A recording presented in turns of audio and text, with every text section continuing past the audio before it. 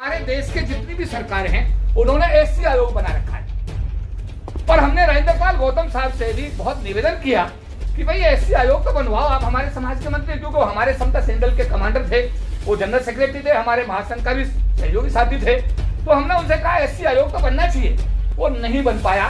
अपने राजेंद्रपाल गौतम से भाई 500 करोड़ रुपया आप इसमें सेंक्शन करो, प्रोविजन है। सेंट्रल गवर्नमेंट में थावरचंद गहलोत उस समय थे, वो भी मेरे अच्छे मित्र हैं जो गवर्नर है इस समय कर्नाटका के। मैंने कहा अगर उनकी मदद चाहिए तो उनका अप्रूवल मैं करा दूंगा, लेकिन आप प्रपोजल तो भेजो सरकार का, दिल्ली सरकार का। लेकिन उसमें भी कोई गति, क्या मुझे लगता है कि 500 करोड़ तो छोड़िए, 5 रुपए भी उसके लिए सैंक्शन नहीं हुए। मैं ये चाहूंगा सबके समाज के बिहाफ पर कि बाबा साहब अम्बेडकर जो रानी झांसी रोड पर उन्होंने भवन बनाया, वो आपके नेतृत्व में आपके मंत्री बनने के बाद आपका गिफ्ट ये होना चाहिए कि बाबा साहब अम्बेडकर का ये अम्बेडकर भवन इतना बढ़िया बने के पूरे विश्व के लोग उसको देखना है। जो तो सर आपकी अनुपस्थिति में हमने कुछ समाज में चर्चाएं की। सवाल यह है कि आपका जो मंत्रालय वो तो वेलफेयर का ही मंत्रालय है, आपका काम तो वेलफेयर करना है। तो हमने आपकी अनुपस्थिति में 4, 5, 6 मुद्दों पर चर्चा की। एक तो यह कि सरकार, सारे देश के जितनी भी सरकारें हैं उन्होंने एससी आयोग बना रखा है और हमने राजेंद्रपाल गौतम साहब से भी बहुत निवेदन किया कि भाई एससी आयोग तो बनवाओ आप हमारे समाज के मंत्री, क्योंकि वो हमारे समता सेंट्रल के कमांडर थे, वो जनरल सेक्रेटरी थे, हमारे महासंघ का भी सहयोगी साथी थे। तो हमने उनसे कहा एससी आयोग तो बनना चाहिए, वो नहीं बन पाया। तो एक तो निवेदन हाउस की तरफ से, ये समाज की तरफ से कि आपके मंत्री बनने के बाद हम ये उम्मीद करेंगे कि माननीय जो हमारे मुख्यमंत्री जी हैं उनसे बात करके एससी समाज का एक आयोग जो वेलफेयर के लिए होना चाहिए और आप ही के मंत्रालय का वो हिस्सा होगा और आपकी पहल पर, आपके नोट्स पे वो बनेगा। तो मैं चाहूंगा कि इसमें आप आगे पहल करें और हमारा सारा समाज आपके साथ है, कंधा मिलाकर। सर एक है मान्यवर काशीराम जी, बाबा साहब का स्मारक तो 26 अलीपुर रोड पे है। बाबा साहब का तो doctor Ambedkar foundation international centre पे 15 नंबर जनपद बना रखा है। बाबा साहब के नाम पर तो चैत्य भूमि भी है, कहां पर? बंबई में। और बाबा साहब जहां पैदा हुए थे, कहां पर? महू में। तो वहां भी तो बाबा साहब का तो पूरे विश्व में है। ये बात सही है? जैसे मैं वर्ल्ड में जाता हूं, कहीं कहीं जाता हूं, देश के कोने कोने में, दुनिया के कोने कोने में, तो देखता हूं हर यूनिवर्सिटी में बाबा साहब का स्टेचू लगा हुआ है और उसके नीचे लिखा हुआ है सिंबल ऑफ नॉलेज। लेकिन हमारे यहाँ ये व्यवस्था नहीं है। तो मान्यवर काशीराम जी के नाम पर देश की राजधानी दिल्ली में कोई किसी प्रकार का कोई स्मारक नहीं है। हम चाहेंगे कि दिल्ली सरकार इसमें एक पहल करके मान्यवर काशीराम जी की याद में एक स्मारक जो बाबा साहब अम्बेडकर का 26 अलीपुर रोड पर इस तरह बना है, उसी तरीके से स्मारक बाबा साहब मान्यवर काशीराम के नाम पर बनना चाहिए। ये बात सही है भाई? सर एक हमने आपकी अनुपस्थिति में डिस्कस किया कि हमारे बाबा साहब ने 26 अलीपुर रोड पर केल साहब इतना बढ़िया भवन बनाया, लेकिन भवन का रेनोवेशन आज तक नहीं हुआ। समाज के लोगों ने कुछ कर लिया तो ठीक है, पर सरकार पहली भी आई और चली गई और मान्यवर केजरीवाल साहब की सरकार को भी काफी समय हो गया।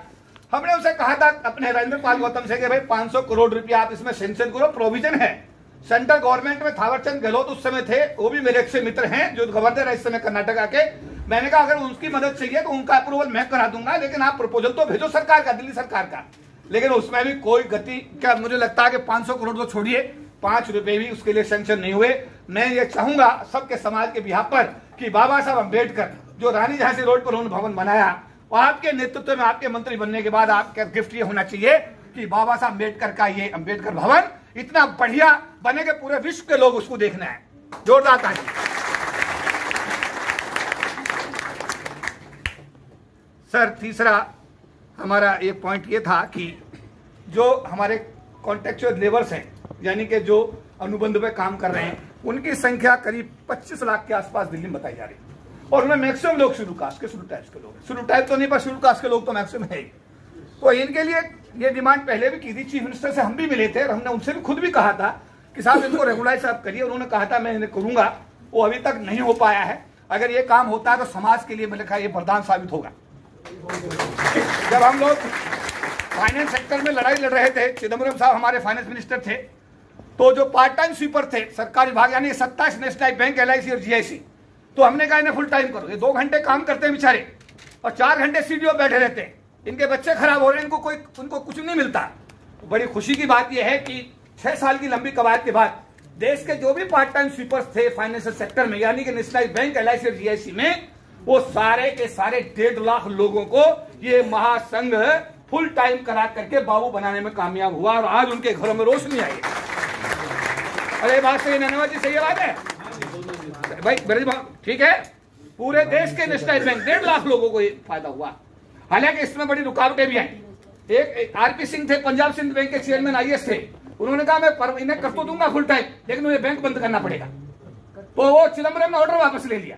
फिर हम सब लोग, सारे लोग मिलकर के सोनिया गांधी से मिले कि इतना बड़ा समाज है हमारा वाल्मीकि समाज, अगर इनका आप ऑर्डर वापस लेंगी मैडम तो आपका कितना बड़ा नुकसान होगा। फिर सोनिया गांधी ने इंटरवीन करके नहीं कि उसको दोबारा का ऑर्डर रिलीज कराया और 1.5 लाख लोगों को आज हम बाबू बनाने में कामयाब हुए। तो मेरा निवेदन ये रहेगा कि ये आपके कलम से जो ये कॉन्ट्रेक्चुअल एम्प्लॉयज हैं, ये फुल टाइम अगर होते हैं, परमानेंट होते हैं, तो हमारे लिए, समाज के लिए वरदान बनेगा। इसके अलावा सर, ये जो हमारे सफाई कर्मी हैं, अब तो हमारे सरकार के पास में एमसीडी भी आ गया है। अब तो हमारी सरकार के पास एमसीडी भी आ गई है ना, तो अब तो हमारे लिए वो जो बीच का विवाद था वो भी खत्म हो गया।